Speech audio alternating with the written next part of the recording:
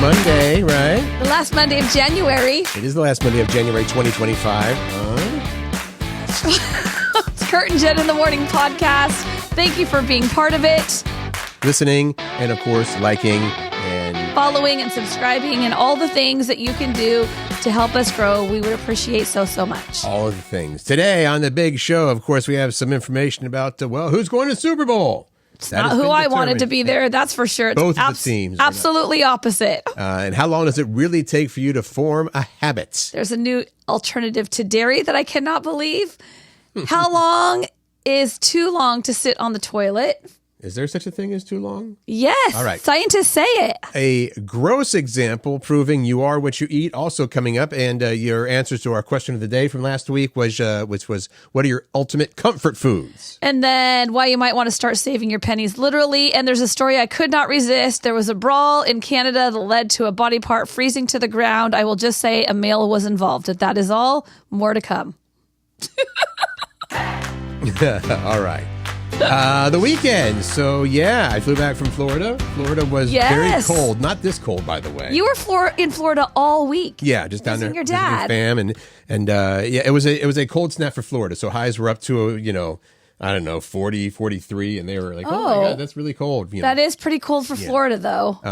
And then, I come back here and it's like, hey, it's 19 degrees or something. But like in the 20s. You'll enjoy this because you never know on a plane who's going to sit by you, right? I mean, that's for sure. Dana was on one side, but the other seat was filled by a very tall German man named George, who was a nice guy.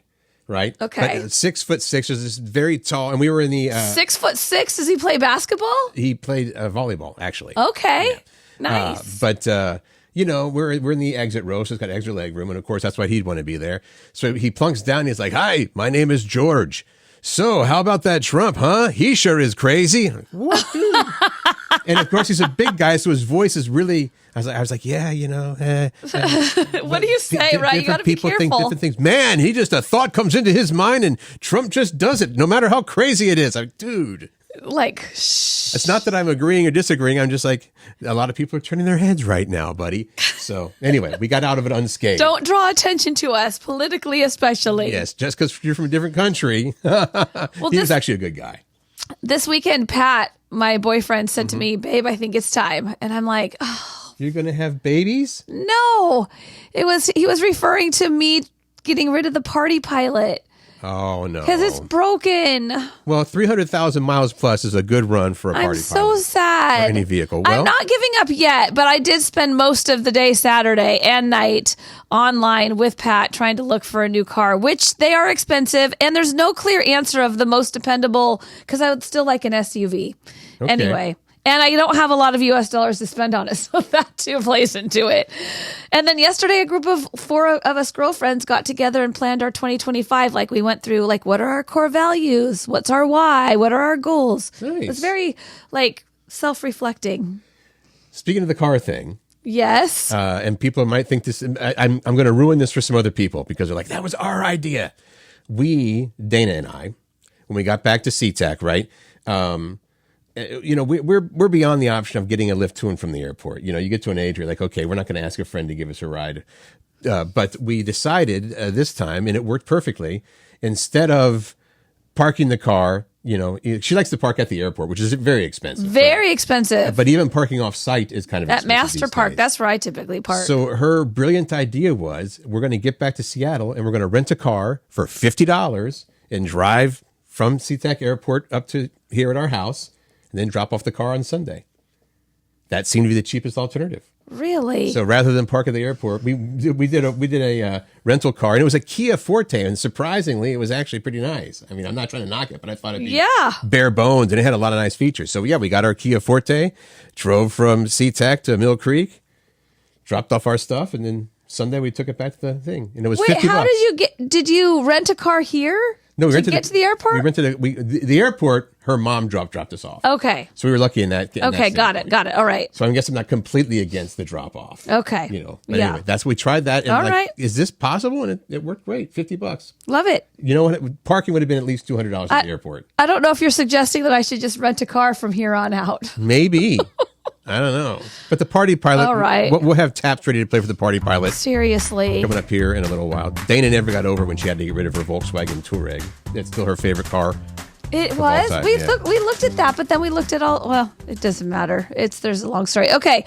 This is more animals for the shelters here in Seattle. This is sort of an update on this because you've heard that the Seattle Humane is getting involved with helping out with the victims of the fires in the Los Angeles area. So more cats and dogs arriving yesterday on both Wings of Rescue. I believe Wings of Rescue is who brings all the animals in, but they're also working with the dogs came from Paws for Life Canine Rescue.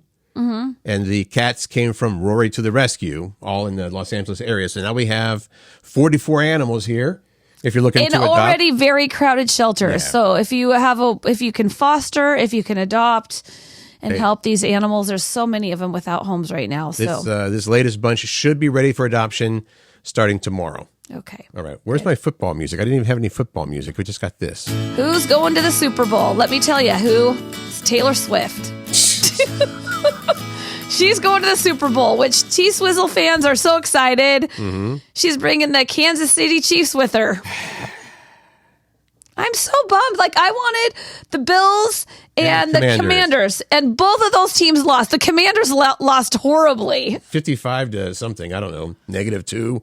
And, but it was a close one between the Chiefs and the Bills. A field goal would have made the difference, I believe. So, 32-29 was that score. So there you go. That's your Super Bowl lineup. And yes, maybe Swifties, if they're just in it because it's Taylor's boyfriend is on the team. Well, I know. Yes, that's why. But I will tell you, NFL posted a picture on social media, or not a picture, it was like a short video of Taylor hugging Travis Kelce at the end of the game, like, oh, congratulations, giving kisses. And the comments, people were so pissed. Like, NFL, why are you showing us this? Like, you're about football. This is not about Taylor Swift. Right. Like, get her off of here.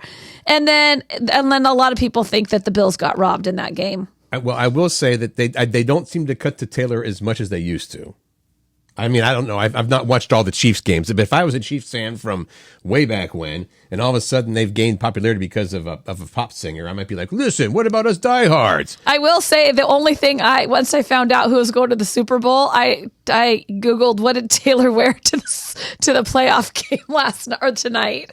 And it popped up, didn't it? It did. All right. Super Bowl, outfit. February 9th. So you've got a couple of, it's not next Sunday, right? Yeah. No, we got 2 Sundays. 2 Sundays. For the Super Bowl, of course, that's in New Orleans at the Caesars Superdome this time. And Kendrick Lamar is headlining. Is that right? Yes, and SZA will be there with him as well. SZA.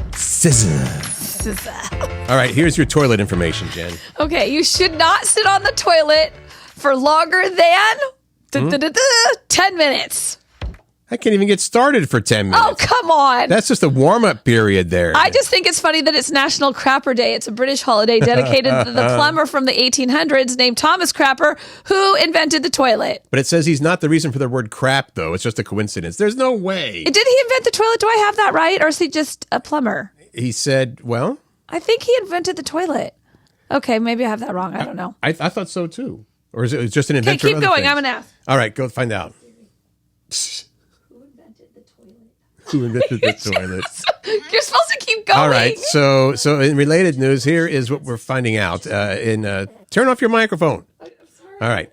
The average length of toilet time, recent study found you should not sit for longer than 10 minutes, as Jen just mentioned. So for some people, 10 minutes might seem like an eternity, but for others, like you said, you haven't even made it through the commercial break, your favorite TV show that you watched on your phone.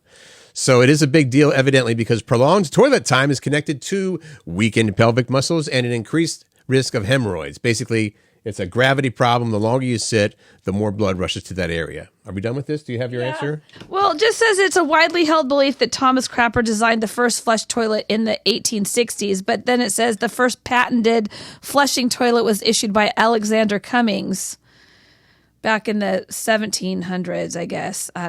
Anyway, okay. You don't say I got to go take a Cummings. I'm going to the crapper. Okay. All right.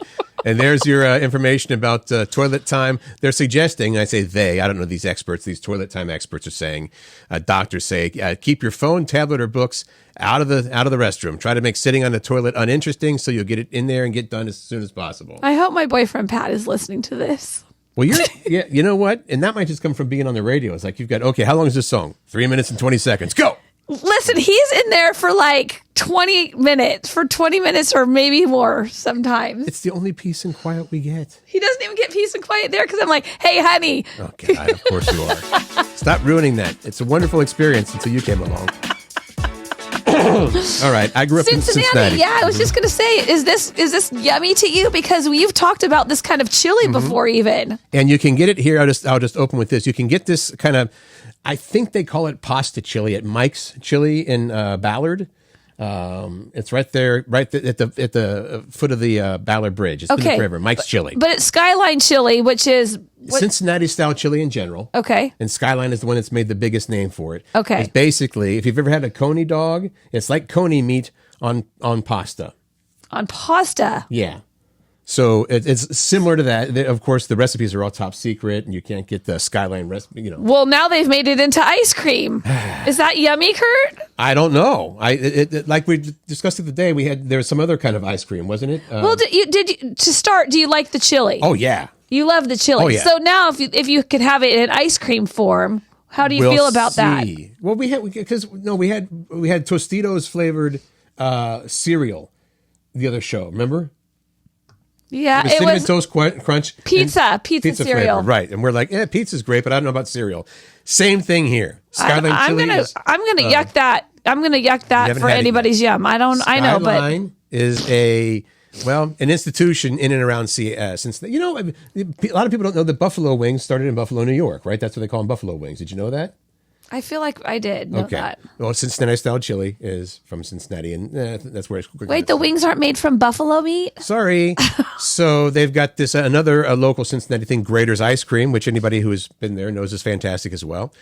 They've got this flavor called Skyline Spice. It's supposed to remind you of the chili without exactly actually being the chili. So they even put real oyster crackers in it. I'm going to be a pass on that. I would try it. I would take a taste of it and probably go, well, this is so good. I'm going to have to try it as well. But based on what I've read, I'm thinking maybe the two should stay separate. You've got your Grater's Ice Cream. You've got your Skyline Chili. But you have to go to WKRP in Cincinnati eat it, right? It's not where you go exactly. But I just wanted to sing the song. I know you did. Because it was Cincinnati. All right. I've always heard, and I think a lot of people, they said if you do something like daily, right, every day for, was it a week?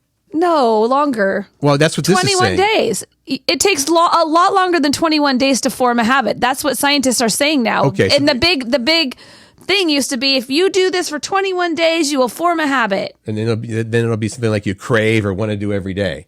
Although that's never worked for me. But they're saying now, scientists, sorry, it's longer than 21 days. It is way longer than 21 days to form a habit. Mm-hmm. In reality, it takes, a lot longer.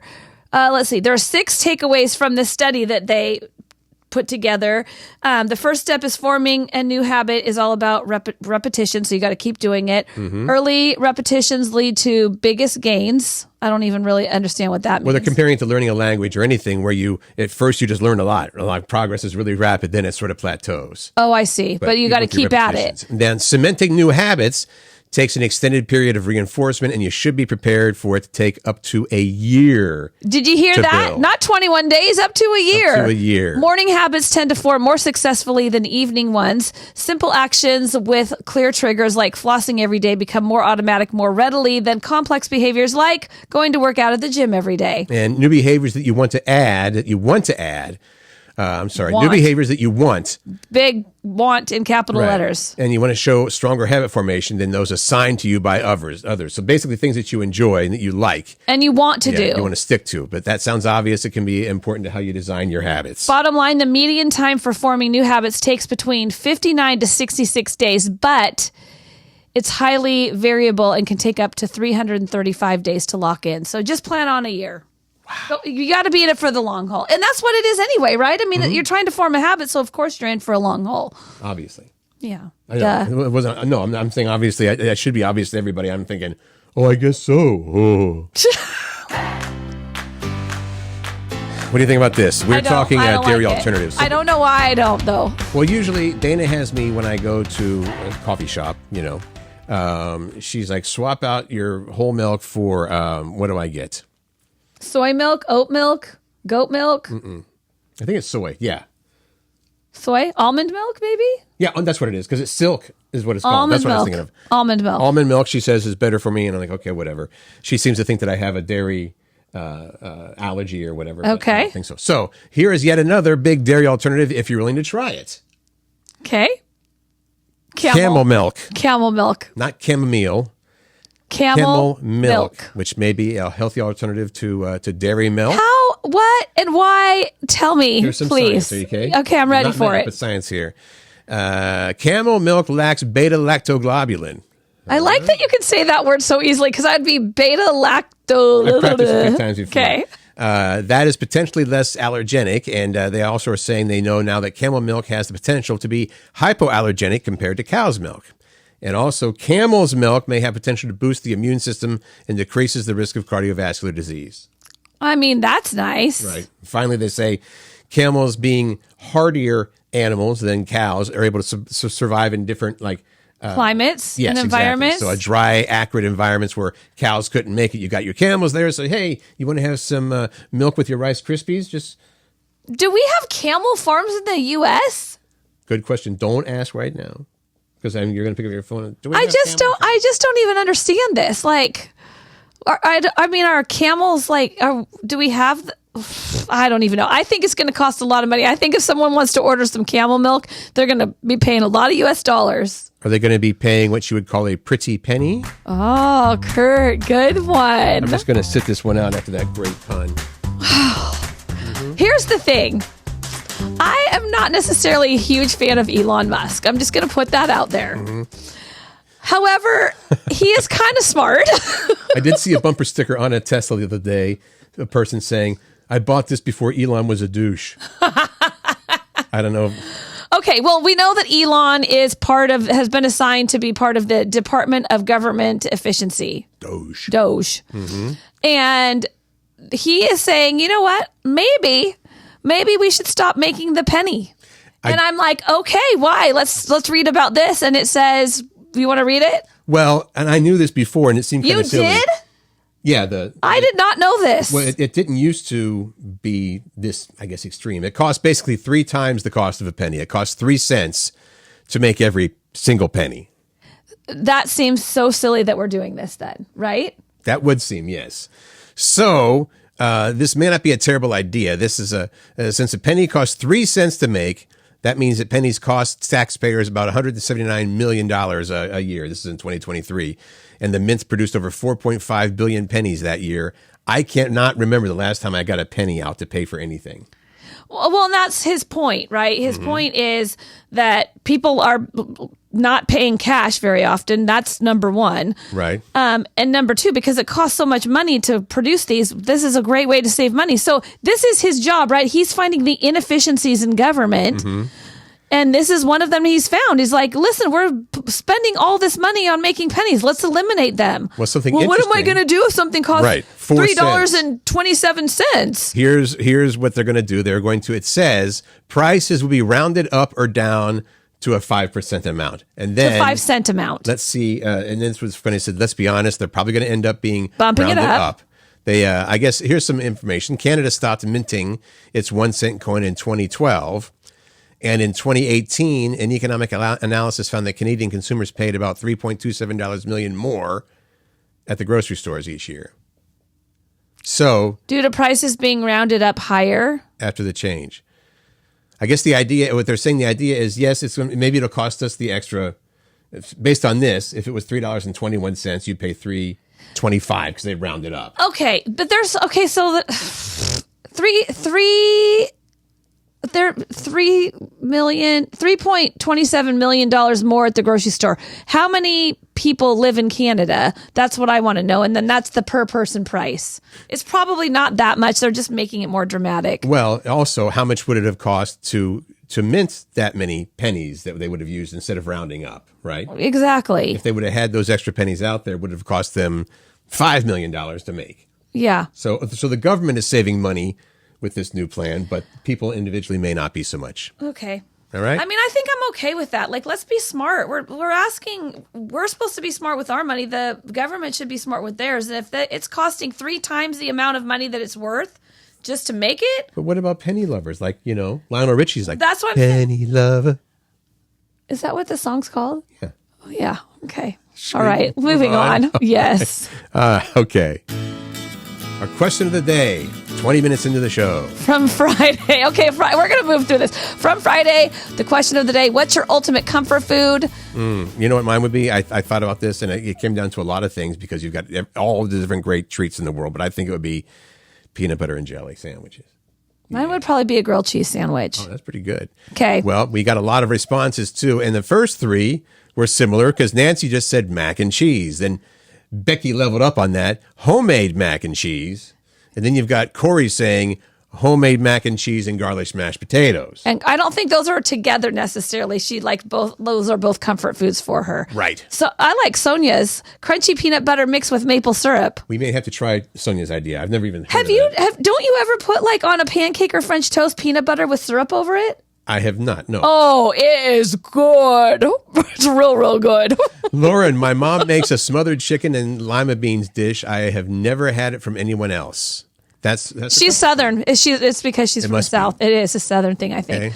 Okay. Leslie, I'm with Leslie too. All the ice cream. That was her answer. All the ice cream. And Laurel put a picture of hers. It was a grilled turkey brie, apple, and cranberry sandwich. But then she's pairing it with hearty homemade basil soup. Yeah, tomato basil soup with Parmesan on top, which I think would be delicious, but maybe not together. I don't know that I like cranberries with tomato soup. And for me, comfort food has also got to be quick and easy to make. But that was really rude of me. Right. I just yucked Laurel's yum. I'm sorry. You yucked my yum. You don't have a problem with that. No, I don't. Teresa said homemade Southern chicken and dumplings, making it tomorrow, in fact. Oh, yum. Can I come over? Jenny has the broccoli cheddar soup. You can't go wrong with that. I'm sorry. Broccoli cheddar soup. I like it when it's in the bread bowl. Oh, yeah. And then Barb said lemon meringue pie. She went with the sweet. I like it. And then Jackie said homemade lasagna. Every one of these sounds like not just good food, but it'd be great comfort food as well. Yeah, for sure. We're still taking your answers on that. What do you think is your favorite comfort food? You can it's on Facebook. Let us know. Curt How about Jen this? In the morning. Oh, Curt, nice sound effects. Remember what that is? Yeah, Dolby. From the old Dolby THX from the I movies. know it. That was so cool. You're like, the movie's going to begin. I know it is because there's that sound. This is interesting to me. Will Connecticut force theaters to reveal a movie's actual start time? And so this is where people get a little grumpy because it's like, okay, the movie starts at 7. We'll be there at 6:55. Right? Right. And then you get your popcorn, you sit down, and then you've got some ads for like M&Ms and Coca-Cola and some Prime TV shows. And then there's some, That's silence your cell phone. Yep. Then silence your cell phone. And then previews start. Which I do enjoy the previews. I love previews. So that by the time the movie actually starts, if it says 7 o'clock start time, might end up being 7:20 or even 7:30. Your popcorn's already gone. So what's the suggestion? Well, Connecticut's saying you need to list the actual start time of the movie because it's being disrespectful of people's time. But one of the state senators is saying, the state senator is saying it's an abuse of the time. The movie theater people are saying, listen, it's already hard enough to run a movie theater these days because you can get a whole bunch of movie content streaming on your TV. It's hard to get people into the theaters. Theaters are struggling. And so one of the ways that they make money now is by these pre-movie ads. Yeah. And so if you're telling people the movie doesn't start until this time and they're skipping out on the ads, then how are we supposed to fund? People aren't going to pay for the commercials anymore. Right. The advertisers are going to say, you know what? We're not doing this. We want people to see our ads. So I'm okay with sitting through the ads. I would too, because I would rather have a movie theater in my town than not. Okay. We'll see how that turns out. See if you get this one here. Let it go, let it go. I'm Curt. one with the wind and sky. Guys, junk. froze. That's why he's playing the Frozen theme song right now. And also, let it go, let me go. My balls are stuck to the ground. A guy's junk froze to the ground during a drunken brawl in Canada. Curt couldn't even watch the video. I don't want to watch the video. This is in Fort McMurray, about 250 miles north of Edmonton in Canada. It sounds like it's a cold place. Well, the temperature was in single digits, maybe colder. And TMZ is reporting this. This guy was in a fight outside of a bar. His pants fell down during the fight, so apparently he doesn't know what a belt is. Right. He landed on his stomach, and his junk immediately froze to the ground.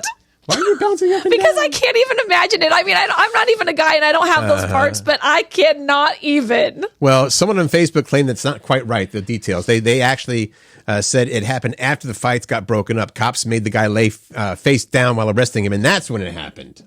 I don't know. Either way, he did eventually have to be peeled off the ground. Oh. Let it go, let it go. Notice there's a dude singing this too. With the wind and sky. Apparently, he wasn't seriously hurt, but you could tell from the video that I'm not going to watch that it wasn't pleasant. Okay. All right. Okay. All right. Moving on to bacon.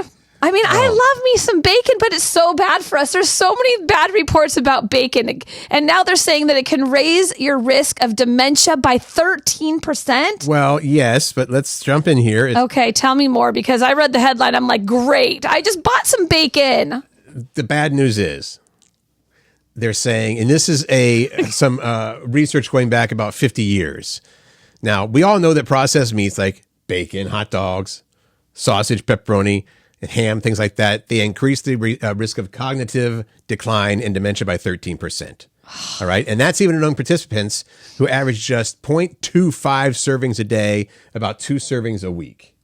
Oh, okay. Experts say this, quote, increased risk could be reversed by replacing bacon with, say, salmon or any fish. That's not going to happen. I'm gonna hold the bacon. I'll have some salmon instead. I love salmon, but it's nothing like bacon. I love salmon too, but I don't even like salmon. I don't even like fish tacos. Taco meat is not supposed to be fish. Oh, I love fish tacos. They're delicious. It's not supposed to be fish. You're yucking my yum. You're yucking my yum. Oh, I guess you're not. So if you're into that and you want to be healthier, next time you're sitting down for breakfast and you're like, should I make some sausage or some bacon? Nope, I'm going to have salmon instead. Sorry. No, I agree.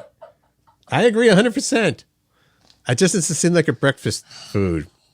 Well, now you know, right? Right.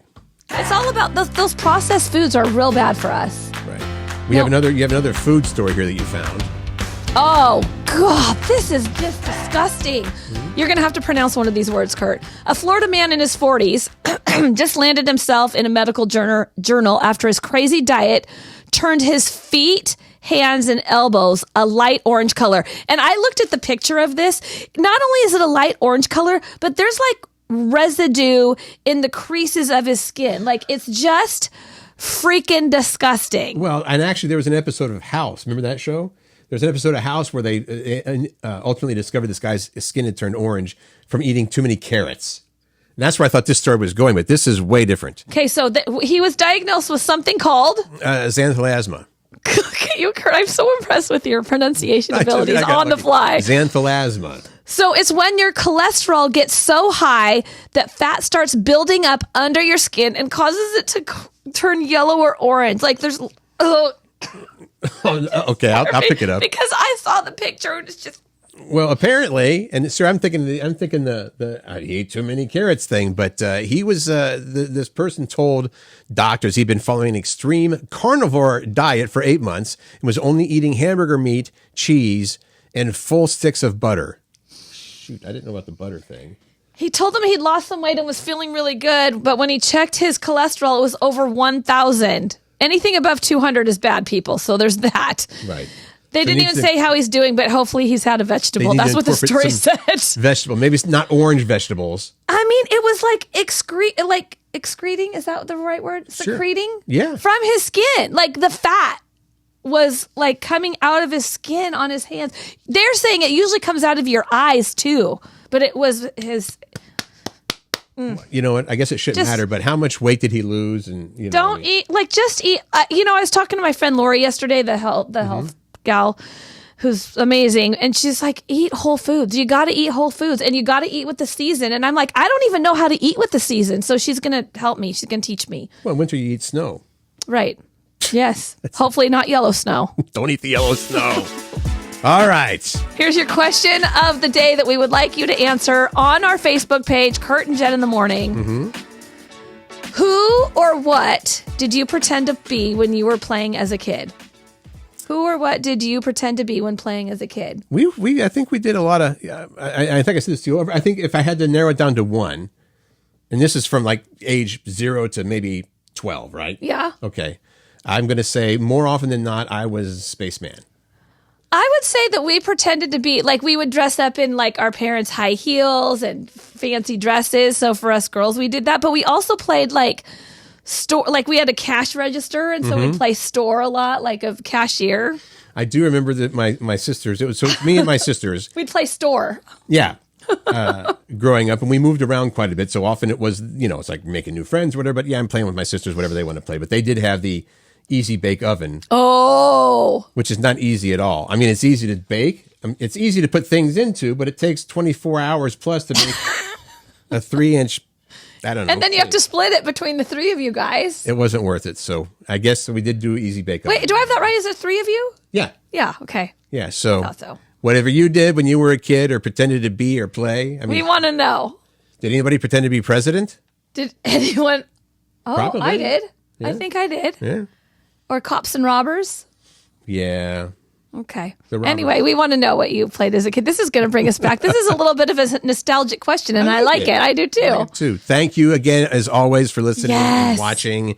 Every weekday we are here for your listening and watching pleasure. At least Jen is. We have, you know what I was trying to describe in one of my videos that I did on social media for our question was we give you topics that are good conversation starters. Like when you're just sitting down with friends, or maybe you're at a meeting before the meeting starts at work. These are fun little nuggets of info that you can just bring up. It's like, hey, did you know that some guy in Canada got his wiener stuck to the ground because it was so cold out? We need that little effect, the sound effect. The more you know. Shh. Comes all right. Awesome. Have a great Monday. Hope your week's off to a great start. Make good choices, find joy, spread kindness, and laugh. Laugh. You love it.